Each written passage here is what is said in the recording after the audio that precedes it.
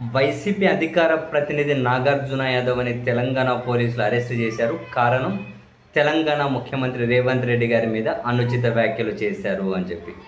సరే, ఇక్కడ మనం డబల్ ఇన్వర్టెడ్ కామర్స్లో డబల్ అండర్లైన్ చేసి ఖండించాల్సిన విషయం ఏంటి అంటే, ఒక ముఖ్యమంత్రి గారి మీద లేదా ఎవరి మీదైనా మనం పదే పదే అదే చెబుతాం, అటువంటి భాష వాడాల్సిన అవసరం ఖచ్చితంగా లేదు. వాడు వీడు ఇంకెదురు అసలు ఆ భాష నేను మీ మీద వాడకూడదు, మీరు నా మీద వాడకూడదు. ఎంత ఎక్స్ట్రీమ్ ఉంటే తప్ప ఆ భాష డూ వరకు రావాలి. ఇప్పుడు నాగార్జున యాదవ్ గారు చేసినటువంటి వ్యాఖ్యలను ఎవరూ సమర్థించాల్సిన అవసరం లేదు. అంతవరకు అయితే డబల్ ఇన్వర్టెడ్ కామర్స్లో డబల్ అండర్లైన్ చేసుకోవాల్సి ఉంటుంది. అయితే 2 సంవత్సరాల కిందట చేసినటువంటి ఆ వ్యాఖ్యలు ఇప్పుడు ఎందుకు అరెస్టు చేశారు అన్నది ఒక ప్రశ్న. ఈ 2 ఏళ్ళు ఎందుకు అరెస్టు చేయలేదు అని.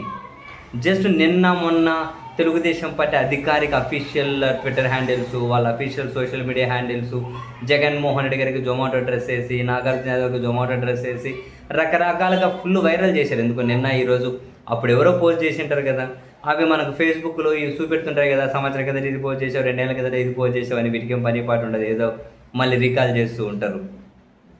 మరి అట్లేమన్నా ఇవి మళ్ళీ తవ్వకాల్లో బయటపడ్డాయేమో.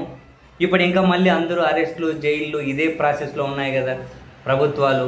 అందుకని చెప్పి దాన్ని మళ్ళీ బయటకు తీసి ఇప్పుడు అరెస్ట్ చేసినట్లు 2 ఏళ్ల కిందట 2024 జూలై 11వ తేదీ ఏమో ఈ వ్యాఖ్యలు చేశారు అని చెప్పి అంటూ ఉన్నారు. మరి అప్పుడు వ్యాఖ్యలు చేస్తే ఇప్పుడు ఎందుకు అరెస్ట్ చేశారు అన్నది చాలా ఇంపార్టెంట్ ప్రశ్న.